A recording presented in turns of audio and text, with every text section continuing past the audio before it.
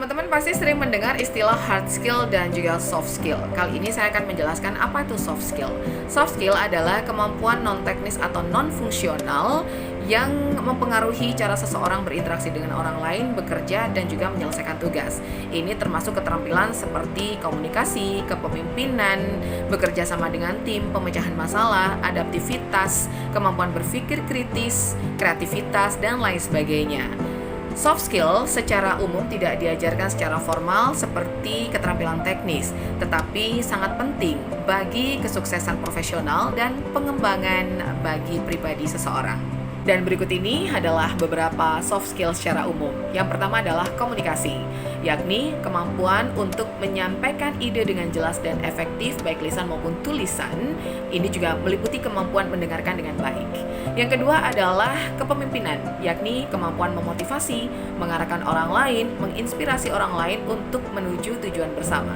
Yang ketiga adalah kerjasama tim, yakni kemampuan untuk bekerja dengan orang lain, berkolaborasi, dan juga mengatasi konflik.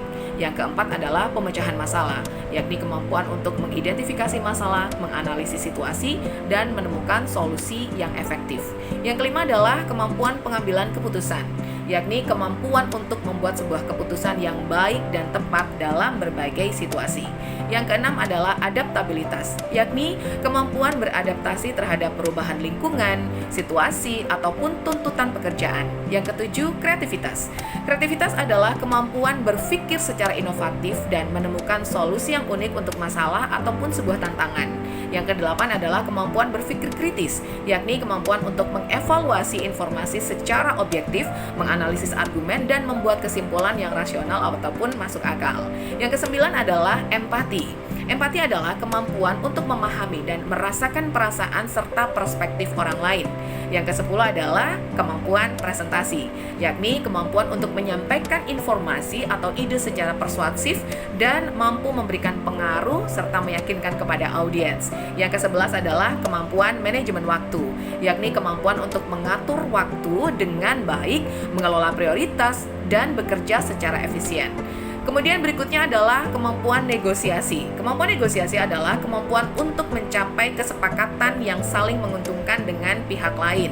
Yang ke-13 adalah keterampilan berpikir kritis, yakni kemampuan untuk mengevaluasi informasi dengan kritis, menganalisis masalah, dan mengembangkan solusi yang efektif. Yang berikutnya adalah kemampuan belajar mandiri, yakni kemampuan untuk belajar secara mandiri, mengembangkan keterampilan baru, dan menyesuaikan diri dengan perubahan. Yang berikutnya, yang terakhir adalah etika kerja, yakni kemampuan untuk berperilaku secara profesional, bertanggung jawab, dan mematuhi norma-norma etika dalam lingkungan kerja.